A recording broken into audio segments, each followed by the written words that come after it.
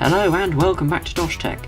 In this video I'm going to be taking this Dell Vostro 200 that I acquired for the grand total of 0 and turning it into something a little more capable. Here's the tower in question. Why was it free, you ask? Well, it had a blown 250 watt power supply and the hard drive had been previously removed. Having replaced those, we will see what sort of machine I can make this low profile box into by giving it a few more horsepower, on a budget of course, and then seeing what it can do.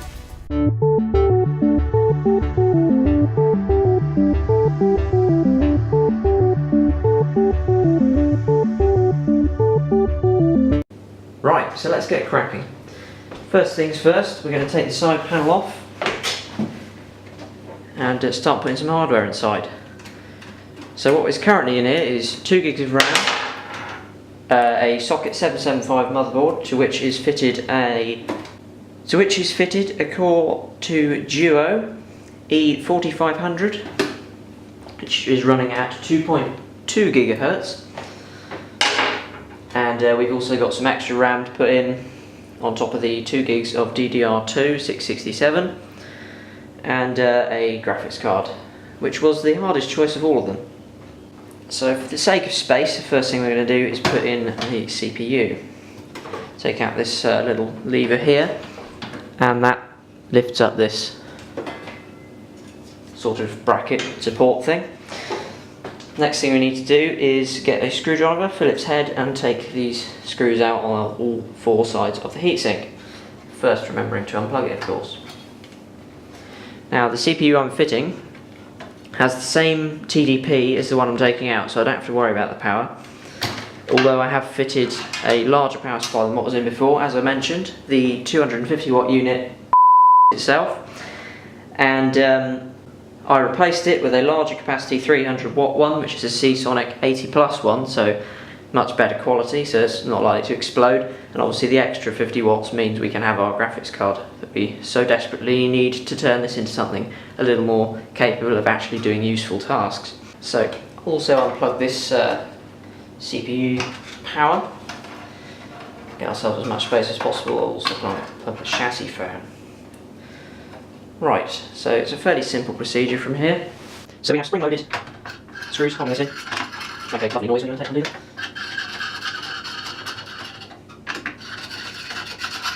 Of course, this also has the new one also has the same heat output as well, so it shouldn't be straining it too hard. Although having a fan in the top is also quite a nice addition for a low-profile box like this one. Let's see if we can take that off yet. Not quite. Not quite loosened. That's off there. That's off.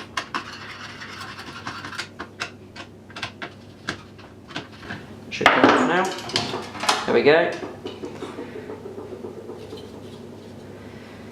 So that's that taken out. Ground myself to a radiator that's just in the background so that we don't cause any static damage. Pull the lever back and up. That will then lift off the top of the CPU somehow. Up from that side. As you can tell, I'm more of a more commonly used to AMD sockets, but pretty much the same applies. So front and back. There we go. There's our old E4500. So whilst we're not gaining too much performance, we will be getting a nice clock speed increase with this new E8500, which I believe is one of, or not, if not the fastest CPU that we can actually fit into this motherboard. Wouldn't recommend if you were actually going to go out from scratch and start building up one of these cheap low profile Dells of some sort. I wouldn't recommend this one in particular, as although this has a quite a nice quality Foxconn G33M02 motherboard, as I read off the sticker. It's actually has quite a few issues supporting 64-bit Windows, so it's actually stuck on 32-bit at the moment. So here's our new CPU. Slightly easier on Intel, because obviously, as well as having the golden triangle in one corner, they also have 2 little notches, so pretty much can't go in the wrong way. Drop that in there. Quite violently, in fact. In that goes. Drop this lever down, pull the retention mechanism round, down, and it should clip in like that. There we go, nice and solid. What we need to do now is I'll go and get some thermal paste, clean off the heatsink and get that back on. Okay, so I've cleaned off the heatsink, so now we can apply our thermal paste onto the top of the CPU. It's quite a stiff tube, this one. That will probably do, oh god. So you can see a quality application there. Unlike my Alienware X51 video, I'm going to also orientate the CPU heatsink the correct way around so it'll actually plug in, which does help. And I've also cleaned the bottom of that off, as you can see.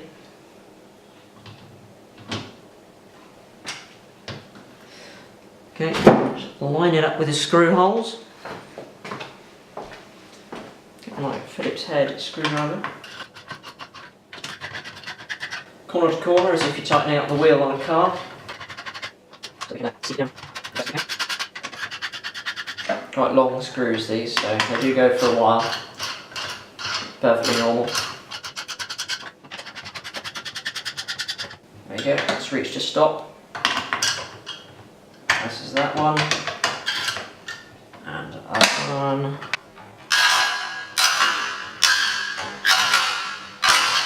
There we go. Tighten down so we can plug in the fans that we've taken out. So you actually line it up with the pins. There we go. CPU power that we also removed. Orientate that the correct way. Push it straight down. There we go. New CPU in the space of probably 5 minutes. Next up we'll do the RAM. This was, so I should probably mention the prices actually. This RAM I got from eBay for, I think it was £2.98 for 2 sticks of 1 gig DDR2. So, pretty cheap. It's a great thing with a computer old like this, is you can get cheap bits and make something somewhat decent out of it. Nice click. So that's definitely in probably. Line up our second stick, open the slot first, that does help. So take our second stick, this will bring it up to 4 gigs total RAM. Having previously mentioned, I'm aware of the issues of 32-bit Windows and 4 gigs of RAM, but there we go. 4 gigs of RAM, new CPU. All that's left to do now is put in our graphics card. So obviously the benefit of me fitting a larger power supply is that we can also make use of having a dedicated graphics processor for this computer, which is what's really going to kick it off in games. This was actually quite a hard choice, but in the end I went for a HD 7570, I believe this is. It's 1 gig GDDR5 model, as I believe there was also a GDDR3 model. This was actually quite a hard choice because I needed something that was not only cheap, low profile and low power consumption, but was also fairly high performance, which a lot of the low profile cheap graphics cards aren't, because they're obviously like, you know, GeForce 210s and old rubbish like that. This one I have already pre-fitted the low profile bracket, because obviously you have to get a graphics card that is a low profile PCB. Won this for something about £19. I'll post it on the screen now, but I did get this also on eBay. I went for a few auctions but didn't have much luck, so in the end I just went for this, which was a buy it now, which was a fairly good deal. I was happy with. Quite a lot of forcing this around the wires, but it does fit. There we go, in it goes. Clicks like that. This bracket comes down. Actually no, it doesn't. Put this bit across first. Quite what this is for, I'm not sure. Probably something to do with support of if you're transporting it a lot, which I'm not. Close that down. there we go. That was upgraded in probably less than 15 minutes. Right, so everything we've put in is now in place and ready to go, hopefully. Let's put the side panel back on. Nice big clonk.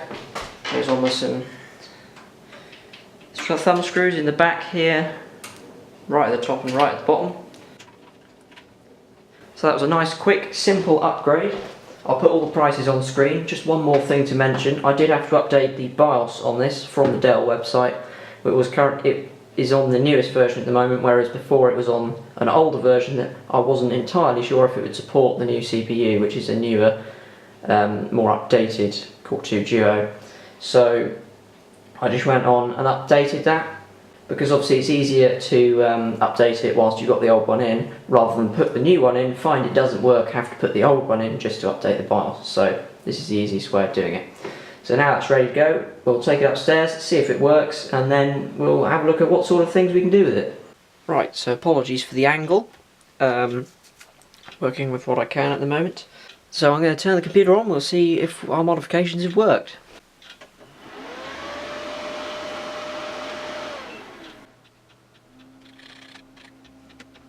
Okay, so we're into the BIOS, system info.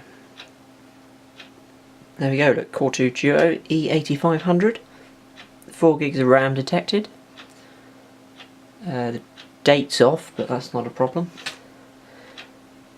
I might as well do that now whilst I'm in here.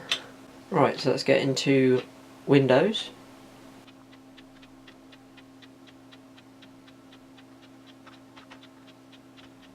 Right, so we're going to try Far Cry 3, so a little bit of an older, but still quite demanding game. We're going to, as you can see, I put all the settings on low, so I'm not really quite sure what to expect. 1080p, anti-aliasing is off. Okay, so we're getting about 20, sometimes 30 FPS in Far Cry 3 on low settings at 1080p, obviously. So not fantastic, but you know, it's a good step up from integrated graphics at least. So I'll try dropping the resolution down. So interestingly, at 720p, it's not improved much really. So okay, so not as good as I'd hoped. So let's move on to something else. Okay, so we're going to run the Dark Tower benchmark on Just Cause 2. Okay, so it's 1600 by 900, low settings, with no anti-aliasing.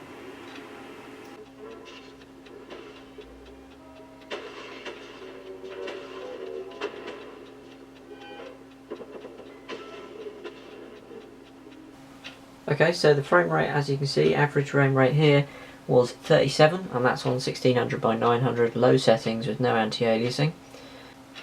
Okay, so something a little less demanding now. We've got Minecraft. This is on fancy settings at 1080p, and as you can see, it's perfectly playable, over 100 at some points, but generally it's about 80-90. So yeah, that's perfectly good.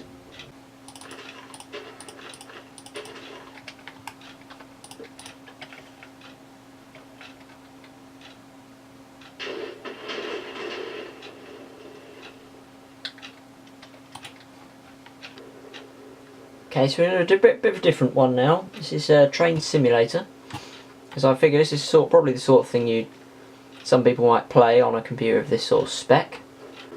Okay, so this is 1080p low settings on train simulator. 60 FPS is perfectly acceptable. Could even bump the settings up slightly, but I think it's quite comfortable here.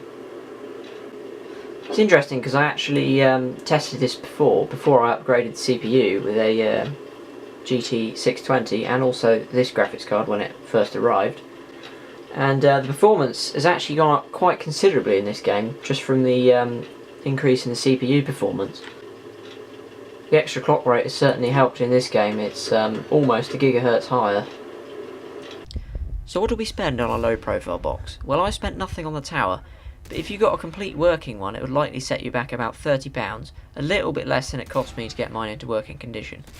But you can get it cheaper if you're willing to bid on sites like eBay rather than going straight for the buy it now option. Try to buy something with a power supply with a bit of extra headroom. This will save you upgrading it for your extra hardware. However, if you have to get a new power supply, decent second-hand quality units are available, such as the Seasonic TFX one that I used. These are all over eBay, some for as little as a tenner. Better still, try and get an ATX form factor system from the start to give you a ton more options for both power supplies and graphics cards. Look up the best CPU your motherboard can support and buy one. I found my Core 2 Duo for £8.40 on eBay with free shipping. I spent £2.98 on 2 extra 1GB sticks of DDR2 memory, bringing the system up to 4GB total. And after a considerable amount of research, the best low-profile, cheap graphics card with some good performance turned out to be the AMD HD 7570, which I got on a buy it now auction for £19.95.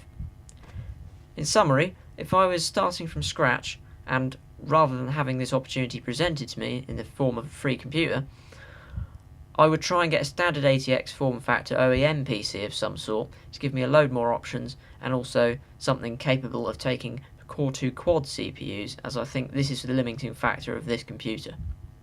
So you certainly won't be playing Crysis in 4K anytime soon on this computer, but it can certainly play some games now that it wouldn't have been able to before. So thanks for watching, and I hope to see you again back on DoshTech.